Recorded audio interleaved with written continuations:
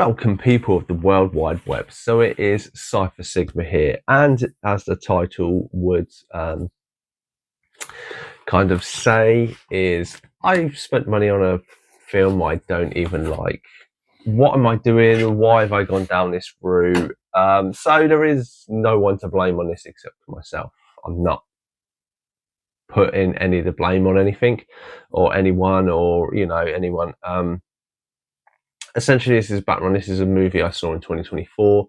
I did not like it. I did not like a lot of things about it. They announced a few versions of it. I did not like the look of those versions, but I was like, if it's really cheap, I would do it. And then I recently went looking for it just because the movie seems to kind of gone away. It seems to be quite expensive, whether they just didn't release a lot because it didn't do well in the cinemas and no one's really buying it. And then I found an alternate version of it. And I must say, I really, really liked the look of this alternate version. And because I have everything else from this series, the completist in me, and this is not me blaming the completist, this is me, I very much, from a normal standpoint, could not pick this up anyway. I don't have to pick this up. But my rule is I always give everything a chance. I think I said when I did the movie review on this, that I wanted to A, give this a second watch, but B, I was interested in picking up a copy, and it was more to get an understanding of if there's a making of on it, and I don't know if there is a making of on this, and just to get a bit more background to understand some of the directorial and movie choices in this movie. So I'd been on Amazon Italy and Amazon Germany. I had looked, it was about 40 quid for it. I then went on Vinted and eBay.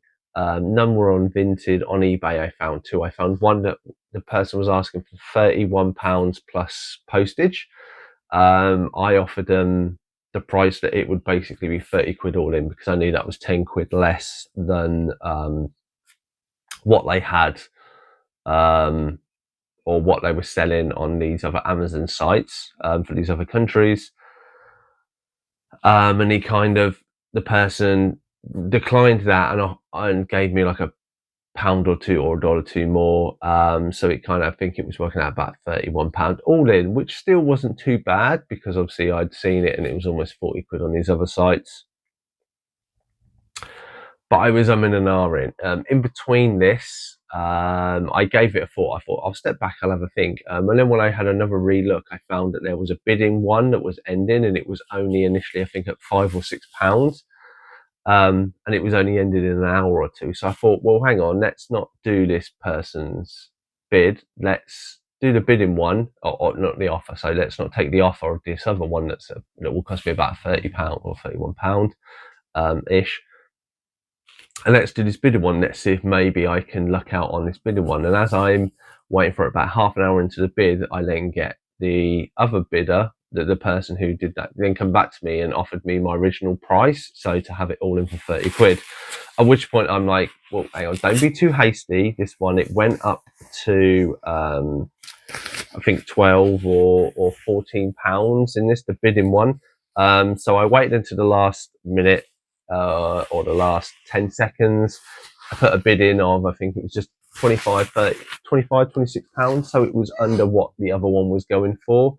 And luckily I won it all in for £21 and a few pence. Absolutely gobsmacked. Like I've said, I was looking at from the Amazon ones almost £40, and I've only paid like £21. So what is the movie, you may ask? And it is this. So yes, this is the very bad, very horrendous 2024 remake, reboot of The Crow. So it comes in Ultra HD and Blu-ray from the back. I did not know this. And it has this nice, and this is part of the reason why I like it. So you see the sleeve, obviously the sleeve, let's get it. The sleeve works with the colouring behind. So obviously there is the crow, and obviously then you have the angel. And the reason why I like this version is I will hopefully be able to show you. So So anybody who doesn't know, so this is James O'Barr's original comic book. So this is a reprint of several editions. Let me find a version of the Crow.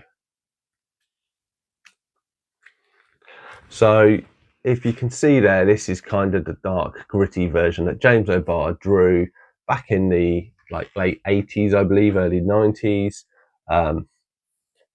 So then if I put this back up to it, you can kind of see it's very much the same style. And this is what drew me to this. And this is why I have bought it. It's art style and art style alone, not down to the quality of the film. Not only because I say I like the fact that it has the wings and the crow icon there, I thought it was really good. But when you take this off, obviously he's walking on the train tracks. So this is the train tracks and the crow. This is evident to part of the film where he kind of goes into this limbo. Again, something that I don't think was really well done. You then have on the back a very nice picture of Eric and Shelley, the newer versions. Again, it's kind of I think it's a photo then converted into a drawing. Again, really, really nice. And then obviously we just have the crow there. Looking at it, there is a few little marks on this slip, but obviously it has its plastic and that it's prone to it. Looking at this, I cannot see